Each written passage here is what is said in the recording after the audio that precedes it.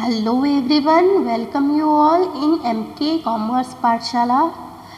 In the economics, we have studied about the demand analysis, and in this chapter we have covered the individual demand schedule. Now we will start with market demand schedule and details. So let's begin. Market demand schedule जानने से पहले हम थोड़ा overlook कर लेते हैं individual जो हमने डिमांड शेड्यूल देखा था उसके बारे में। अब इंडिविजुअल डिमांड शेड्यूल क्या होता है कि कोई भी एक कंज्यूमर एक पर्टिकुलर प्राइस में और एक गिवन पीरियड ऑफ टाइम में कितने प्रोडक्ट खरीदता है, डिमांड करता है, वो एक रिप्रेजेंटेशन टैबुलर फॉर्म में दिया हुआ है, उसे हम बोलेंगे इंडिविजुअल डिमांड शेड्यूल। याद रखने वाली चीज़ें हैं single consumer, quantity of commodity और given price during a given period of time. ये चीज़ें आपको यहाँ पे ध्यान रखनी है। उसके बाद हमने एक टैबुलर फॉर्म देखा था जिसमें एक कंज्यूमर एक कोई भी होगा XYZ कंज्यूमर, उसने कमोडिटी X को जो प्राइस है X के नाम पे हमने शुगर लिया था, तो X जो है या फिर शुगर जो है वो प्राइस का एक कॉलम यहाँ पे दिया हुआ है और उस अलग अलग प्राइस के हिसाब से जो कंज्यूमर है उस शुगर को किस प्रकार से उसकी क्वांटिटी कैसे डिमांड कर रहा है ये यहाँ पे दिया हुआ है दूसरे कॉलम में। और उसके बाद दिया था इंडिविजुअल डिमांड कर्व। अब इंडिविजुअल डिमांड कर्व में भी यही दिया था, एक्स एक्सिस पे प्राइस डिनोट हो रही है शुगर की, एक्स वहाँ पे x दिया है लेकिन x के इससे आपको अच्छे से समझ में नहीं आएगा इसलिए मैं शुगर कह रही हूँ। तो प्राइस x एक्सिस पे डिनोट हो रहा है, मतलब यहाँ पे प्राइस हो रहा है डिनोट, और y एक्सिस पे क्वांटिटी डिमांडेड, मतलब वो कंज्यूमर कितनी क्वांटिटी कितने प्राइस पे डिमांड कर रहा है ये डिनोट हो रहा है। और ये जो डी दिख रहा है इसे हम बोलेंगे डिमांड कर्व, ठीक है। और यहाँ पे याद रखने वाली चीज़ है ये हमेशा ऊपर से नीचे आता है, मतलब डाउनवर्ड मूव करता है और लेफ़्ट से राइट की तरफ मूव करता है। ये चीज़ें आपको याद रखनी पड़ेगी। लेफ़्ट से राइट मूव इसलिए करता है और डाउनवर्ड इसलिए मूव कर रहा है क्योंकि प्राइस और क्वांटिटी डिमांडेड इन दोनों में इन्वर्स रिलेशनशिप है।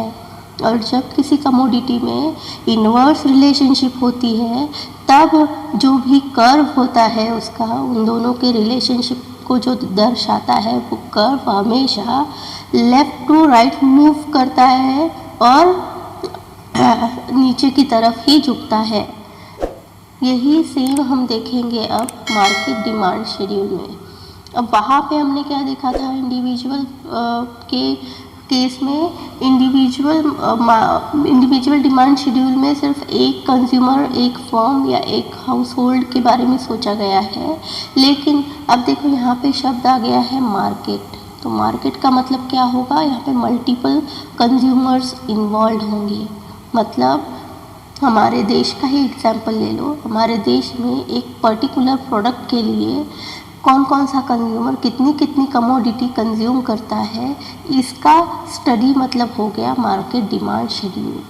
Market demand is a total demand for a commodity from all the consumers at a given price during a given period of time. Definition बिल्कुल same है guys, जैसे हमने individual demand के लिए देखा था वैसे ही यहाँ पे भी है, लेकिन यहाँ पे एक चीज़ देखो नोटिकेबल है, वो है कंज्यूमर्स। यहाँ पे पर्टिकुलरली कंज्यूमर्स बोला गया है। मतलब क्या है, total demand of for a commodity ये भी सेम है, at a given price during a given period. ये भी लाइन सेम ही है, लेकिन यहाँ पे कंज्यूमर्स बोला गया है, मतलब क्या है, एक से ज़्यादा कंज्यूमर्स यहाँ पे इन्वॉल्व होंगे, इंक्लूड होंगे। उसके बाद market demand schedule is a tabular representation showing different quantities of a commodity which all consumers are prepared to buy at various prices over a given period of time. यहाँ पे याद रखने वाली चीज़ ये है कि ये जो स्केड्यूल है इसका नाम ही टेबुलर फॉर्म है, मतलब जो टेबल में हम देखते हैं ना, 2 कॉलम में, एक में प्राइस लिखा हुआ रहता है, एक में जो भी क्वांटिटी डिमांडेड है वो शोन होता है, उसे ही हम बोलते हैं टेबुलर रिप्रेजेंटेशन। तो वहाँ पे भी यही शो हो रहा है कि डिफरेंट क्वांटिटीज़ कैसे डिमांड कर रहे हैं कंज्यूमर्स एक सर्टन टाइम पीरियड में और एक पर्टिकुलर प्राइस में, मतलब जो भी प्राइस है वो जो है चेंज होती रहेगी।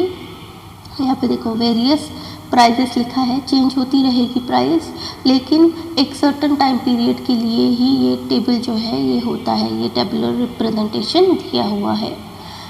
यहाँ पे देखो एक और मैंने हाईलाइट करके रखा है, indicate N inverse relationship between price and quantity demanded. Same है जो मैंने इंडिविजुअल डिमांड शेड्यूल में बताया, वही मार्केट डिमांड शेड्यूल में भी है।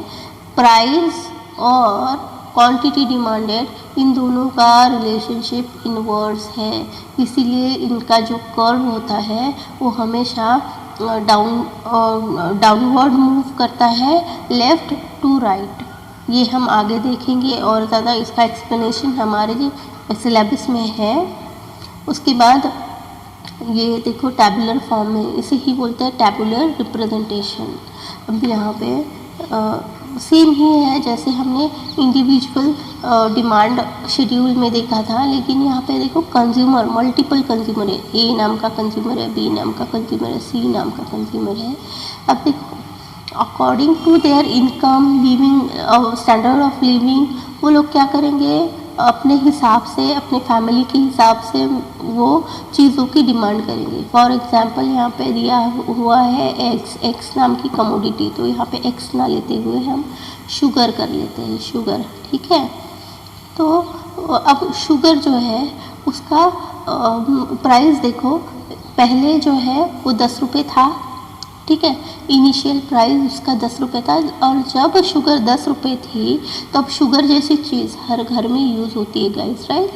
अब हो सकता है एक का जो है वो फैमिली छोटा होगा या फिर इनकम कम हो सकता है या एनीथिंग, बहुत सारे फैक्टर्स यहाँ पे जो है वो रिस्पॉन्सिबल होते हैं क्वांटिटी डिमांड करने के लिए कंज्यूमर के लिए। तो ए जो है वो क्या करेगा, 10 रुपये जब प्राइस थी शुगर की तो वो कितने डिमांड कर रहा है, 5, ठीक है, केजीज़ में है, केजीज़ में ये जो दिए हुए हैं ये केजीज़ में है, और ये जो है ये शुगर वाला ये प्राइस है, ठीक है, ये प्राइस का कॉलम है ये, और ये जो है ये अलग अलग कंज्यूमर्स है, ए बी सी, ये 3 कंज्यूमर्स का दिया हुआ है जो क्वांटिटी डिमांड कर रहे हैं इन केजीज़, मतलब ये क्वांटिटी डिमांडेड है, ठीक है। और इन तीनों का मिला के जो बन रहा है उसे ही बोलते हैं हम मार्केट डिमांड। मतलब यहाँ पे किसी एक कंज्यूमर के बारे में नहीं सोचा जाएगा, मतलब सिर्फ और सिर्फ अगर ए के बारे में हम सोच रहे हैं तो वो होगा इंडिविजुअल डिमांड शेड्यूल, अगर सिर्फ बी के बारे में सोच रहे हैं तो वो भी इंडिविजुअल डिमांड शेड्यूल, अगर सिर्फ सी के बारे में सोच रहे हैं तो वो भी इंडिविजुअल डिमांड शेड्यूल ही रहेगा। लेकिन जब ए प्लस बी और ए प्लस बी प्लस सी हो जाएगा तो उसे ही हम बोलेंगे मार्केट डिमांड। ये देखो यहाँ पे नोटिफाई किया हुआ है ऑलरेडी। तो यहाँ पे किस प्रकार से होगा, जब 10 रुपये शुगर की प्राइस थी तो यहाँ पे एक जो कंज्यूमर है, ए नाम का जो कंज्यूमर है, उसने 5 किलो शुगर ले ली, कंज्यूम कर ली। उसी प्राइस में बी ने 10 किलो ले ली, हो सकता है इसकी फैमिली बड़ी हो, सी ने 15 किलो ले ली, हो सकता है सी की फैमिली भी बड़ी है, इनकम भी ज़्यादा है। तो अब देखो 15 + 10 + 15 सॉरी 5 + 10 + 15 तो हो जाएंगे 30। तो इसे ही हम बोलेंगे मार्केट डिमांड। मतलब यहाँ पे सिर्फ एक इंडिविजुअल कंज्यूमर के बारे में नहीं सोचा गया है, यहाँ पे इन तीनों को मिला के जो भी टोटल बन रही है उसे ही हम बोलेंगे मार्केट डिमांड। वैसे ही देखो, जब शुगर की प्राइस घट गई, वो हो गई 8, ठीक है, तो 10 रुपये से हो गई 8 रुपये। तो जो ए था वो पहले 10 रुपये के प्राइस में 5 किलो लेता था, अब 10 किलो लेने लगा। क्यों? क्योंकि अब उसकी परचेजिंग पावर उतनी ही है, मतलब स्पेंडिंग कैपेसिटी अभी भी उतनी ही है, लेकिन अब प्राइस कम होने की वजह से उसकी जो नीड है वो बढ़ गई है। आई मीन उसकी स्पेंडिंग कैपेसिटी बढ़ गई है, मतलब अब उसको उसके स्पेंडिंग कैपेसिटी में ज़्यादा प्रोडक्ट मिलने लगा है, ज़्यादा शुगर मिलने लगी है, तो उसने कंजम्पशन बढ़ा दिया। देखो 8 रुपये में उसने 10 kg ले लिए, अब इसने भी बढ़ा दिया, 10 से 15 कर दिया, सी ने भी बढ़ा दिया, 15 से 20 कर दिया, तो टोटल हो गया मार्केट डिमांड 45। वैसे ही 6 के लिए होगा। देखो जब 6 रुपये हो गई शुगर की प्राइस, वेक्स की जगह यहाँ पे शुगर हमने ली थी, तो शुगर जब 10 से हो गई 8, 8 से हो गई 6, तो जब 6 रुपये शुगर हो गई तो कंजम्पशन ऑब्वियसली बढ़ेगा। क्यों? क्योंकि अब उनकी जो कंजम्पशन पावर है वो बढ़ गई। क्योंकि देखो कम पैसे में ज़्यादा प्रोडक्ट जब भी मिल जाते हैं तो हम इतना सोचते नहीं हैं, हम उसको कंज्यूम कर लेते हैं। और शुगर जैसी चीज़ ऐसी है जो हमेशा हम एज ए ग्रॉसरी इस्तेमाल करते ही हैं, हर एक घर की नीड होती है। तो एक कंज्यूमर ने 6 रुपये में 15 किलो ले ली, बी ने ले ली 20 किलो और सी ने ले ली 25 किलो, टोटल हो गई 60 किलो। तो ऐसे ही ये बढ़ता जाएगा और जब तक ये यहाँ पे आता नहीं है। देखो 2 पे जब 2 रुपये 10 से लेके घट के हो गई 2 रुपये प्राइस शुगर की, तो ए ने 25 कंज्यूम करना शुरू कर दिया, 25 किलो, बी ने 30 किलो कंज्यूम करना शुरू कर दिया और सी ने 35 किलो कंज्यूम करना स्टार्ट कर दिया, ठीक है। तो टोटल हो गई 90। तो ये हो गया हमारा मार्केट डिमांड। तो आई होप तुम लोगों को ये टेबुलर रिप्रेजेंटेशन या ये जो मार्केट डिमांड शेड्यूल है वो समझ में आ गया होगा। आगे देखते हैं मार्केट डिमांड कर्व। अब ये भी सेम है, लेकिन यहाँ पे सिर्फ और सिर्फ अलग अलग रिप्रेजेंटेशन दे दिया गया है। जैसे 3 कस्टमर थे, तो 3 कस्टमर के अकॉर्डिंग ABC कस्टमर के अकॉर्डिंग ये यहाँ पे ग्राफ बना हुआ है। यहाँ पे भी देखो याद रखने वाली चीज़ ये है कि एक्स एक्सिस पे हो रही है डिनोट प्राइस, वाई एक्सिस पे क्वांटिटी डिमांडेड इन केजीज। उसके बाद जो डिमांड कर्व है ये डी जो है ये डिमांड कर्व है, और यहाँ पे भी देखो डाउनवर्ड ये मूव होते दिख रहा है। क्योंकि हमने क्लियरली पढ़ा था कि प्राइस और क्वांटिटी डिमांडेड दोनों में इनवर्स रिलेशनशिप है, मतलब अपोजिट रिलेशनशिप है एक दूसरे से।